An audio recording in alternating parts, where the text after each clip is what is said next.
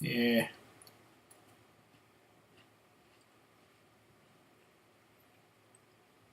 What's up, Doc?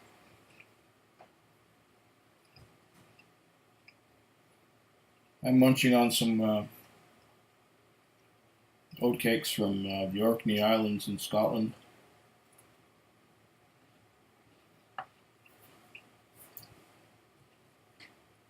Just to get the taste of gin and tonic and the spiciness from that Gordon and MacPhail Balblair out of my mouth so that I can keep going on my wild little ride tonight. I have here, uh, this is an interesting box. The exterior of it feels like wax paper. And it is Colonel E.H. Taylor Jr. small batch, bottled in bond. And there's a lot of things on the label here. There's a lot of information, there's a lot of printing, and I'm going to try and go through it with you as soon as I have poured a dram and started letting it open up. Okay. That's a tall bottle. That is a king size bottle.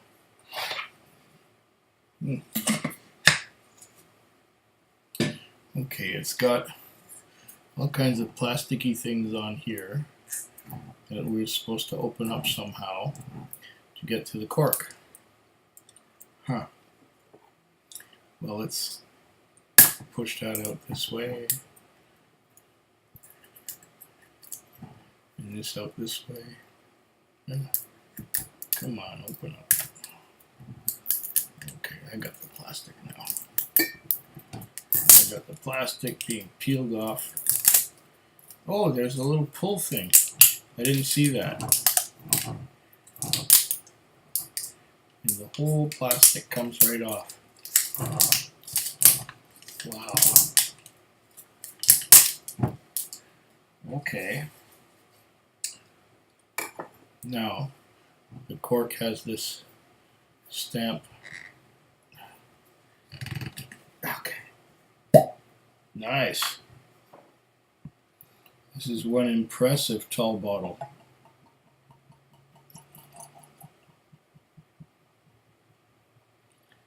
It pours nice and gentle. And there we are. One quig-sized dram. What does it say on here? And what does it say on here? It says a whole bunch of stuff. Okay. Let the label tell the truth. The premier Kentucky whiskey. Colonel E.H. Taylor Jr. First and only small batch. E.H. Taylor small batch. Straight Kentucky bourbon whiskey bottled in bond. 50% alcohol by volume. 100 proof. 750 mils. And there's a picture of the old man right there. And there's a picture of the distillery at some time in its history. We love to hear from our customers, it says. Distilled and aged and bottled by old-fashioned copper distillery, Frankfort, Kentucky. As founding father of the, what is this? Of the modern bourbon industry, Colonel Edmund Haynes Taylor Jr. left an indelible legacy.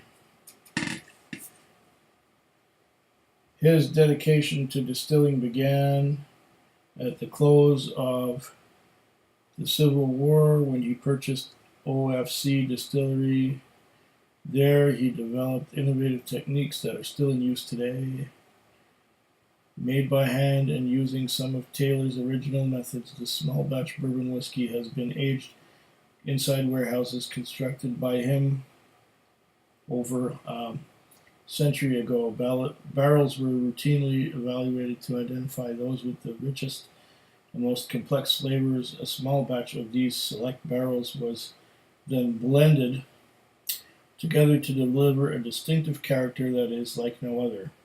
It is a true sipping bourbon that honors the uncompromising Colonel Edmund Haynes Taylor Jr. Okay. E.H. Taylor Jr. occupancy of first place is not accidental. Its supremacy is pure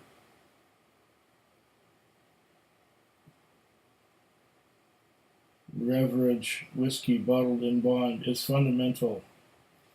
Pure limestone water, select grain, model equipment, skilled manufacture, perfect distillation, splendid cooperage, natural maturation, ideal glassing, comprehensive sanitation.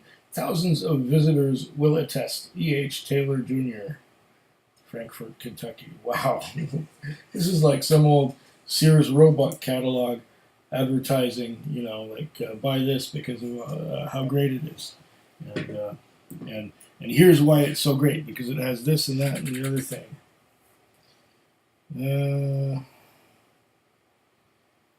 Okay.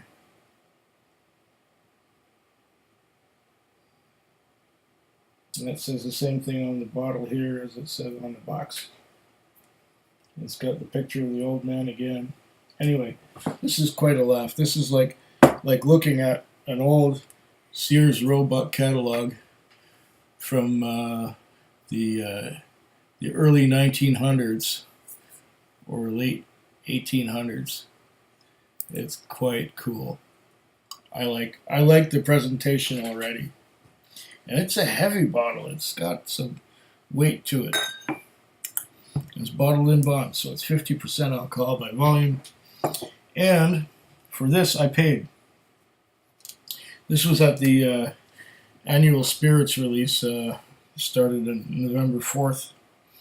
I was there maybe a few days later. When did I get this? The 11th, so a week after the spirit release, but this is part of the spirit release.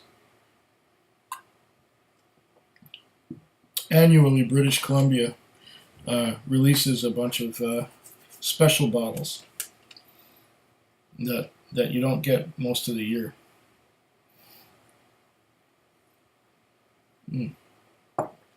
Why did I do that? I was going to nose it and on and on and on, but it just looked so appetizing that I took a sip. Okay. E.H. Taylor small batch.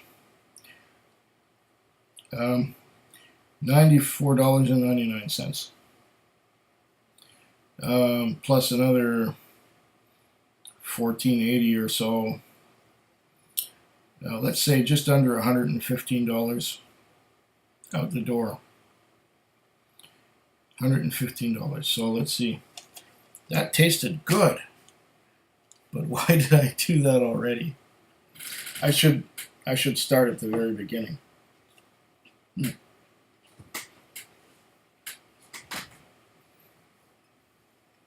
Okay.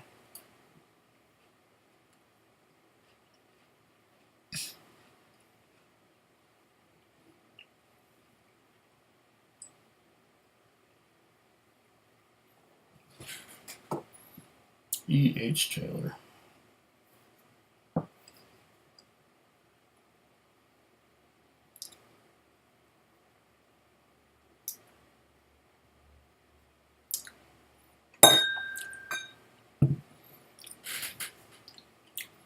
Okay. Now let's start with the nosing. 9 minutes into this thing, and I'm finally nosing it. That's what happens as you go along in a flight. They take longer to get to the actual. Okay.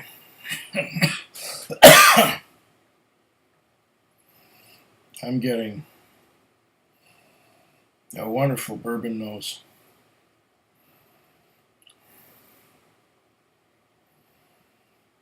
There is dill.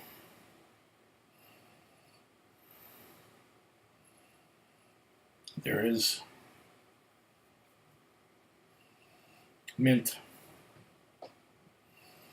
So we're talking high rye,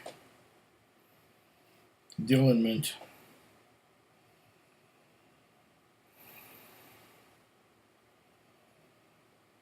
I'm getting some sweetness. Oh. What about viscosity? Oh, it's quite viscous. It's got legs that are taking some time to come down. Look at those. They're just hanging on the side. They're just hanging on the side of the glass. Oh yeah. Oh yeah. Beautiful.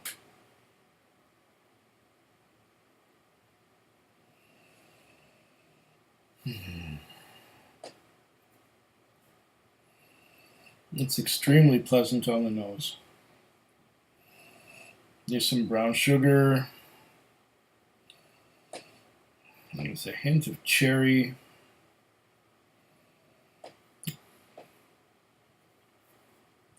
Very typical bourbon nose, but a little bit more refreshing than most. If that makes any kind of sense.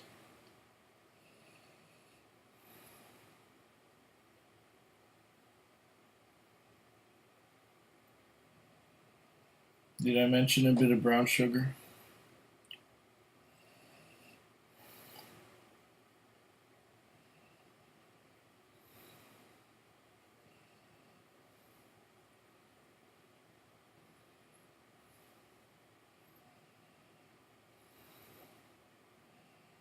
Mmm.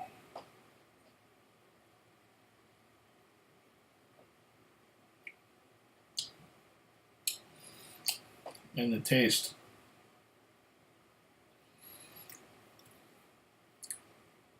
It's minty.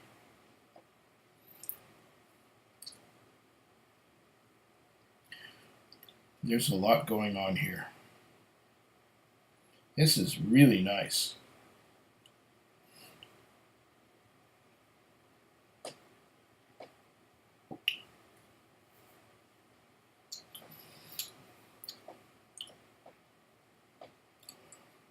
It's a combination.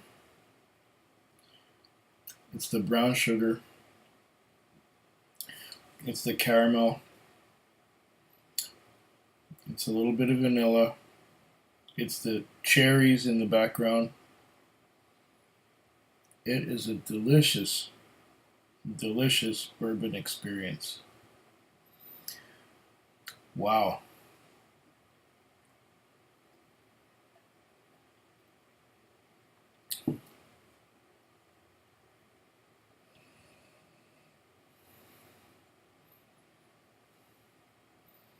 Oh, now on the nose I'm getting a lot more caramel and vanilla.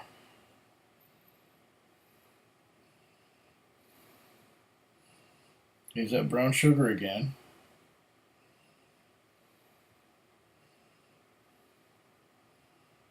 A lot of brown sugar. What if I added just a little bit of water to this? Not that I have to, I think it's in the sweet spot already. But let's see if I can get a little bit more flavor to open up. At 50%, it's just right. See what happens now.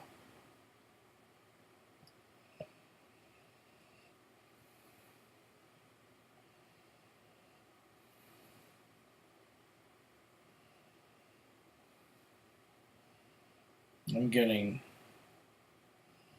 less of the brown sugar.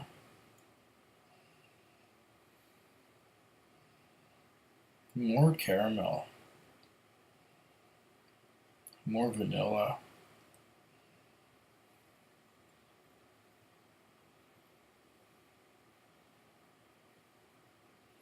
A lot of caramel now.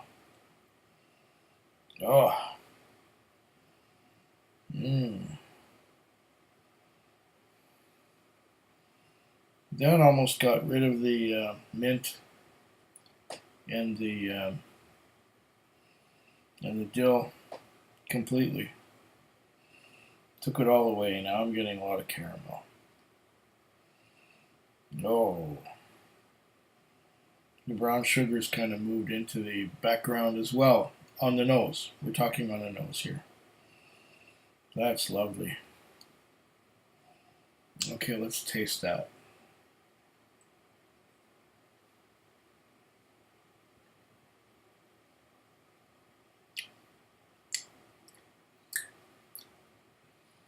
Oh, cherry. Beautiful cherry.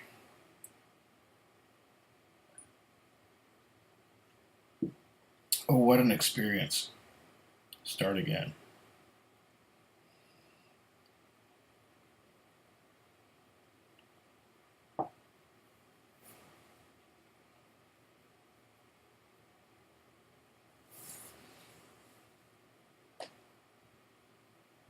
Mm.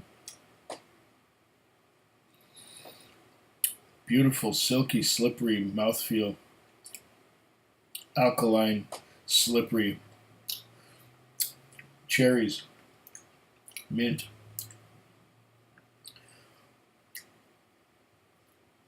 Mint. Mint. Mint.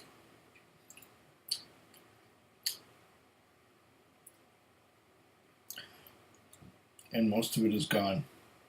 But it comes on with the cherry and then gives you mint. That is with some water in there. It took away. Now, on the aftertaste,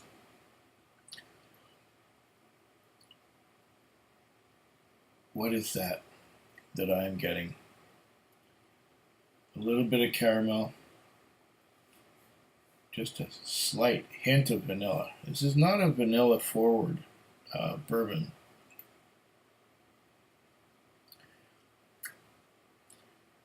Mint.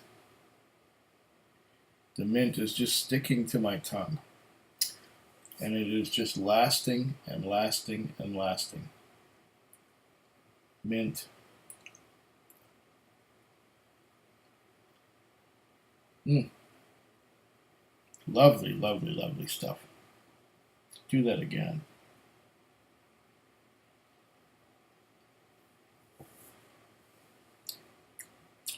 Cherries.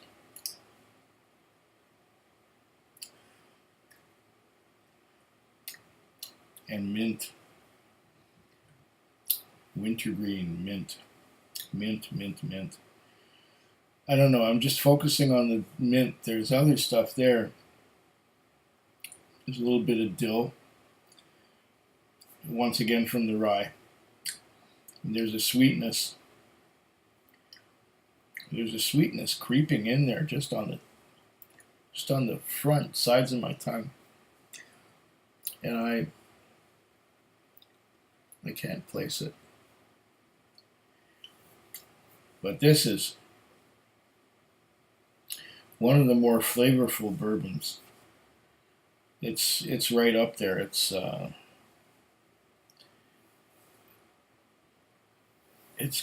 great. Ah. Excuse me, please.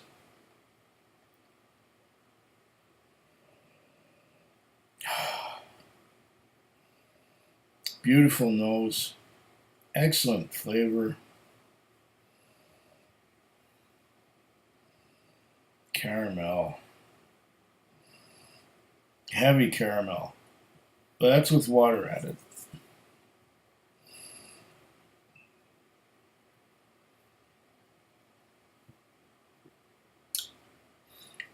Slippery, alkaline mouthfeel.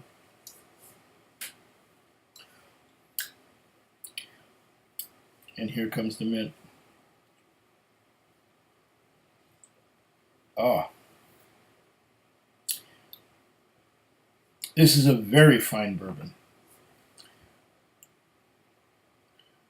One of the nicest and most delicious and smooth. I know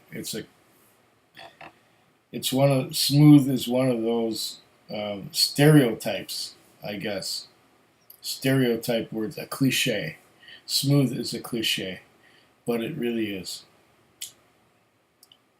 It really is smooth.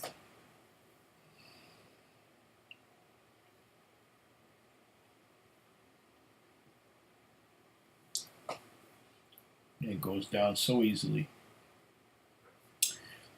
Dangerously easily. And there, now I'm getting some of the rye. The rye and then the mint. It's just making my mouth water.